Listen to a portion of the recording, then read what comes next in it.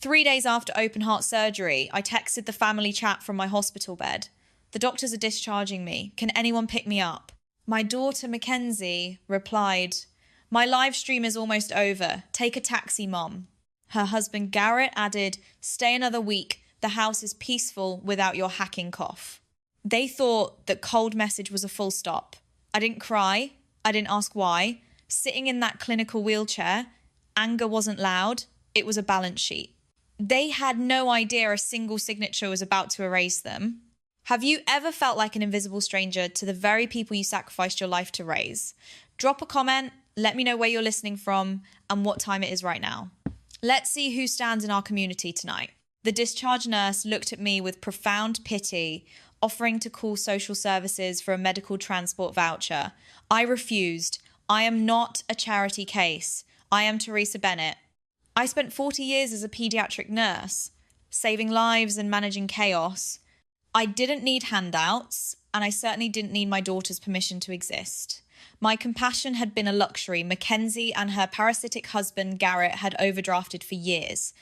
This wasn't a breakdown. It was an accounting right there in the buzzing hospital lobby, clutching the plastic bag of my personal effects. I opened my mobile banking portal. My fingers were steady. I didn't hesitate. With 3 deliberate taps, I terminated the premium high-speed commercial internet contract and the corporate secondary credit cards I funded for Mackenzie's influencer media agency. Their cruelty didn't surprise me. What would surprise them was that their free ride had just come to a screeching halt. I clicked cancel, and inside my hand, the screen glowed with a different kind of sunrise, the kind made of facts, numbers, and quiet retribution. I pushed myself up from the wheelchair, ignoring the blinding pain in my fresh sternum stitches. To bypass the hospital's strict liability policy, I bypassed the regular discharge desk and used my remaining savings to hire a private non-emergency medical transport vehicle. The driver, an old immigrant named Ali, saw my surgical chest binder and immediately jumped out to assist me, guiding me into the specialised medical van with genuine reverence. We got stuck in gridlock traffic near 6 o'clock. My chest throbbed in an agonising rhythm. I told Ali to pull over near a rundown convenience store on Martin Luther King Boulevard so I could buy water and aspirin. I leaned heavily on my metal orthopedic cane, using every ounce of my remaining physical strength to cross the pavement. The store bell jingled. I grabbed my water, but my eyes drifted to the lottery machine. The Powerball jackpot had reached $150 million. My late husband, Jeffrey, used to say, "You never know when a blessing will find you." I looked at the clerk behind the bulletproof glass and chose his favourite numbers, 4, 12, 19, 45 and 7. Suddenly, the door slammed open. 2 men in ski masks burst in, waving a pistol.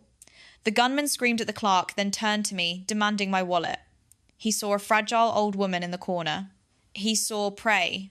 But I was a nurse who understood leverage and talk. As I reached into my pocket, I intentionally dropped my keys to distract him. The moment his eyes flicked down, I didn't rely on arm strength. I dropped my low centre of gravity and hooked the curved handle of my heavy metal cane behind his ankle. With a sharp, clinical pull using my body weight, his legs flew out from under him. A loud crack echoed as his face hit the concrete floor, knocking him unconscious instantly. Before his partner could leap over the counter, I slammed the rubber tip of my cane onto the fallen gunman's wrist, pinning his weapon down with my heavy orthopedic shoe. The second robber bottled in pure terror. The adrenaline faded, leaving my chest on fire. But as the sirens wailed, I slipped the thin piece of paper into my sock. I had the numbers, I had the truth, and I was finally going home to a war. The specialised medical transport van pulled up to the driveway of Whitetail Lane. The house stood before me, a grand brick colonial my late husband, Jeffrey, and I had spent 30 long years paying off. I approached the front door, clutching my plastic hospital bag and leaning hard on my metal cane. When I reached for my brass key, it wouldn't even slide into the lock. The cylinder was gone. In its place was a shiny new electronic smart lock, its tiny camera lens staring right at my face. My daughter had changed the locks on my house while my bones were still healing from a surgical sore. The door swung open, but only halfway. Mackenzie stood there, wrapped in a designer silk robe, holding a glass of chilled white wine. She looked at my wrinkled hospital clothes and my scuffed sneakers with a thin layer of disgust. She didn't reach out to steady me. She didn't ask if her mother was in pain. She just took an aggressive sip of her wine, complaining aloud into her phone about the agency's commercial Wi-Fi suddenly crashing midstream before turning to tell me my knocking was going to disturb the neighbours. As I stepped across the threshold, the house didn't feel like my home anymore. The familiar scent of lemon oil and Jeffrey's woodworking dust had been completely erased. Instead, the air was thick with a suffocating artificial vanilla musk from designer candles burning on every surface. Walking past her, I realised this was the trap of normalised cruelty. When you build a safety net for parasites too long, they stop viewing you as a human being. You become a default utility machine. They adjust their moral baseline until shifting your boundaries and taking your space feels like a reasonable business optimization. They weren't shocked by their own heartlessness. They had simply budgeted my exploitation into their lifestyle. Mackenzie pointed a manicured finger toward the narrow door leading down to the cellar. She breezily explained that they had converted my master bedroom into a sage green studio for her lifestyle yoga streaming channel. She told me she had moved my clothes down to the basement suite, claiming the lack of stairs would be better for my heart, and that they wouldn't have to listen to my post-surgical coughing, keeping them awake all night. She spoke as if she were doing me a favour, hosting me in my own property. I didn't scream. I didn't shatter her glass candles. I quietly opened the basement door, a freezing draft of musty, damp air hitting my face like a slap.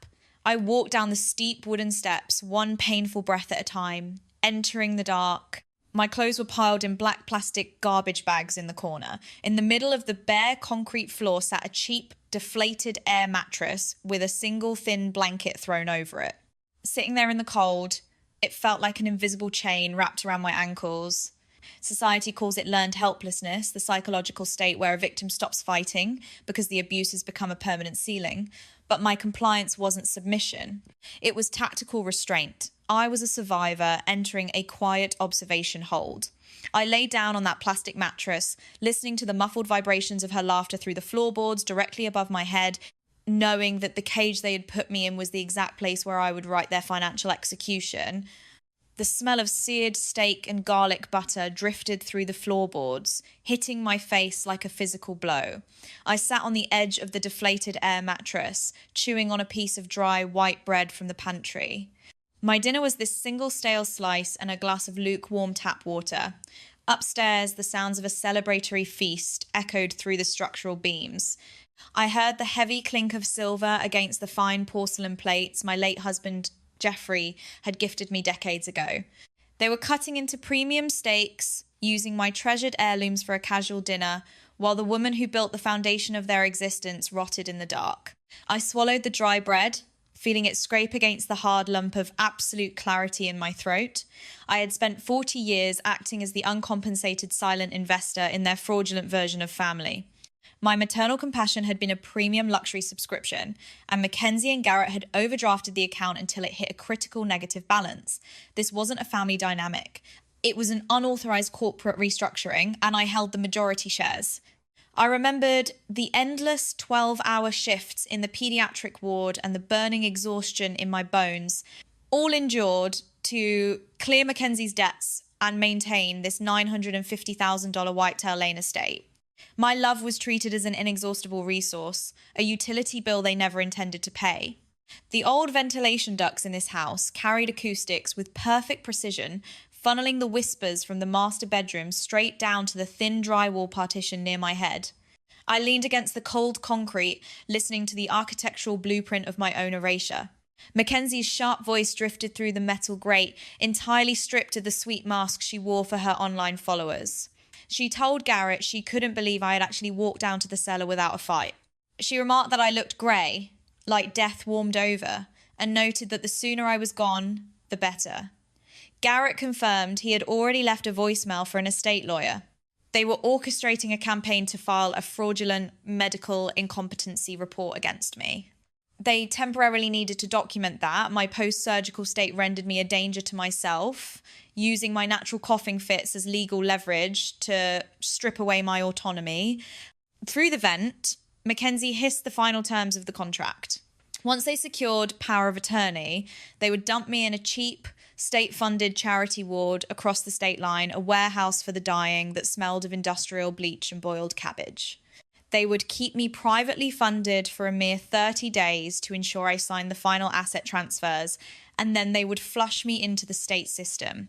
They planned to liquidate Whitetail Lane, cashing out my 40 years of labour to buy a luxury downtown condo with a pool. The maternal instinct inside me died right there on the concrete floor. The mother was gone. Only the accountant remained, and my ledger was perfectly clear. The static from the television upstairs suddenly gave way to the sharp, familiar jingle of the 6 o'clock news broadcast. The floorboards vibrated with the anchor's booming voice, announcing a local hero, an elderly heart patient who had fought off an armed robber with a metal cane on the east side. The clinking of heavy silver upstairs stopped instantly. Then, the broadcast shifted gears, stating that the very same convenience store on Martin Luther King Boulevard was the exact location where a single winning Powerball ticket worth $150 million had been sold that afternoon.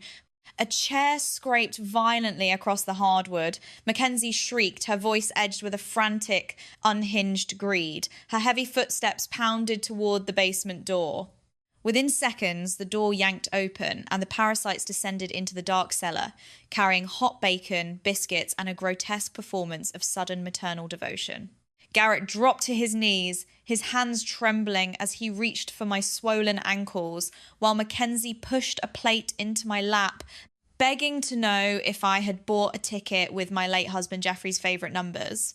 I activated my performance with clinical precision, letting my right hand tremor violently as I sloshed orange juice across the cloth. I widened my eyes into a vacant, watery gaze, letting my jaw hang slightly loose. I played the fragile, crumbling old woman they so desperately wanted me to be, mumbling that the surgical anaesthesia had ruined my short-term memory. I patted my pockets helplessly, pulling out old lint and a used tissue, before finally extracting the actual lottery purchase receipt, which I had strategically smudged with dark coal dust from the basement floor to obscure the serial numbers. Garrett snatched the paper from my fingers like a starving dog grabbing a bone, his eyes widening as he verified the numbers. 4, 12, 19, 40, 5, and 7. He and Mackenzie erupted into manic laughter, believing their luxury downtown condo with a pool was finally secure. When they frantically demanded the crisp original ticket, claiming this crumpled copy might be rejected by the Lottery Commission, I let my head drop back against the cushions. I whispered that I was confused by the gunman, and that I might have pressed the original ticket inside one of the 500 books in Jeffrey's library to bless it, but my mind was simply too foggy to remember which one. The bait was taken. I watched from the comfort of the living room sofa as my daughter and her husband transformed into manic scavengers, completely destroying the clean aesthetic of the house they had stolen. They tore through Jeffrey's legacy, ripping paperbacks off the shelves, climbing ladders, and throwing irreplaceable volumes to the floor in a cloud of blinding dust. While they tore their own world apart, I forced Garrett to sit on the coffee table and rub my feet with both hands, telling him not to be lazy because my circulation was poor. I commanded Mackenzie to step into the kitchen and prepare a complex Southern-style chicken stew from scratch, an arduous 4-hour process of deboning meat and finely chopping celery. I told her that when I felt safe and nourished, my memory returned faster. I sat back in total control, watching the parasites serve the very woman they had tried to bury, while the architectural trap closed tightly around them. While the parasites were trapped in their manic haze of phantom wealth, I coordinated my next tactical move with Arthur Sterling. At 74, Arthur was a clinical master of estate law, possessing the same sharp, unyielding loyalty he had shown to my late husband, Jeffrey. We met at his high-rise office downtown, a space that smelled of heavy leather and expensive finality. I handed him the bad photocopy, the crumpled prop that had driven my family into a desperate frenzy. He didn't blink. He simply opened a fresh manila folder and slid the pre-drafted irrevocable trust agreement across the mahogany table toward Mackenzie and Garrett, who had arrived practically hyperventilating with anticipation. Arthur delivered the lie with the cold precision of a surgeon. He informed them that to safeguard the $150 million prize from an immediate, devastating 40% federal inheritance tax audit, all collective family assets had to be consolidated into the trust before the State Lottery Commission released the capital. He told them the trust required a total consolidation of domicile history. To fill the vault, they had to empty their pockets. Driven by a blind primal avarice, they didn't even read the text. Mackenzie snatched the heavy fountain pen, signing her name with a sharp flourish. Garrett followed immediately, relinquishing his imaginary rights. They eagerly signed the irrevocable disclaimers of interest, legally waiving any future occupancy claims to the Whitetail Lane property and surrendering all potential inheritance rights. They believed they were buying a passport to paradise, but they had just legally signed their own eviction notices. But the final legal trap required an absolute moral justification, a kill shot that would erase any lingering trace of maternal hesitation. Once the signatures were stamped and certified, Arthur slid a secondary asset report across the table. His private investigators had traced a transaction from Quick Cash on 5th Street, dated exactly 1 month ago. Mackenzie had stolen my late husband Jeffrey's gold funeral amulet, selling the irreplaceable family heirloom for a mere $1,200. She had used the cash directly for an $1,100 VIP bottle service tab at a nightclub named Velocity. To extract the raw gold from the casing, my own daughter had ripped up and thrown away the final deathbed letter Jeffrey had written to me while his lungs were failing. Looking at those shredded financial fragments, the final string of biological illusions snapped inside my chest. This was the moment of complete, unburdened transition. Most people live under the cultural delusion that family must be endured, that blood dictates an infinite subscription of forgiveness regardless of the rot in the foundation. But real growth requires the absolute courage to recognize when a genetic bond has transformed into a predatory parasite. Walking away from an irredeemable child is not a moral failing. It is a sacred act of preservation. Some souls are born fundamentally bankrupt, and your only obligation is to stop financing their moral insolvency. This wasn't revenge. It was a cold, necessary balancing of the ledger, and the account was officially closed. The crystal chandeliers of the grand ballroom at the plaza shined overhead, casting a golden glow on the 300 elite guests Mackenzie had invited to witness her public ascension. She was wearing her silver sequined gown, laughing and drinking premium champagne funded entirely by a high-interest bridge loan she secured from predatory lenders using the blurry lottery photocopy as collateral.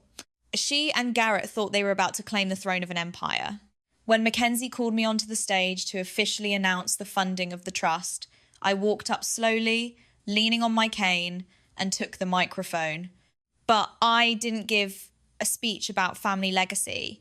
I looked directly at my daughter and pressed the remote control in my pocket. The massive projection screen flickered to life, broadcasting the hidden smoke detector footage of their raw malice straight to the room. The ballroom froze in a horrifying silence as my daughter's recorded voice boomed through the speakers, calling me a grey piece of trash, detailing their explicit plan to drug me into an asylum and dump me in a cheap state ward just to liquidate my estate.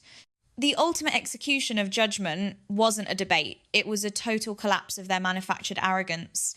As Mackenzie fell to her knees, screaming that the footage was fake, I announced that the entire $150 million jackpot had already been legally transferred to the Jeffrey Bennett Foundation to fund trade schools and care for abandoned seniors. Furthermore, the irrevocable waiver of residency you blindly signed Arthur's office authorised an immediate surrender of the property upon its liquidation.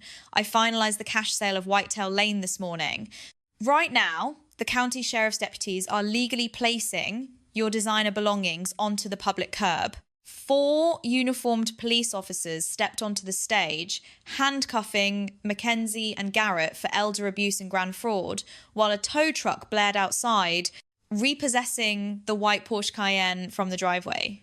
3 months have passed since that final accounting. Today, the salt air fills my lungs as I sit on the deck of a rented yacht on the Mediterranean Sea, watching the sun paint the water in shades of violet and gold.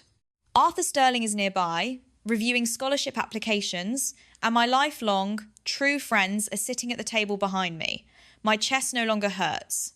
My phone buzzed once with a long, desperate wall of text from Mackenzie begging for rent money from her minimum wage fast food shift. I didn't reply. I held the device out over the white water and dropped it into the deep blue ocean, letting the last line of a toxic past sink forever. I've come to realize that the most absolute form of justice is never matching the destruction of the people who broke you. It is becoming entirely unreachable. If you find yourself in a similar situation, standing on the perimeter of a family that treats your compassion as a disposable transaction, remember that you do not owe them your life. Forgiveness isn't always a bridge to reconciliation. Sometimes it is a clinical boundary line that sets your soul free. You do not need their validation to be luminous. If this story spoke to your hidden scars and gave you the strength to stand upright, leave a comment with the number 150 below, share this with someone who is currently carrying an invisible chain, and subscribe to protect your own journey. Thank you for staying to the very end.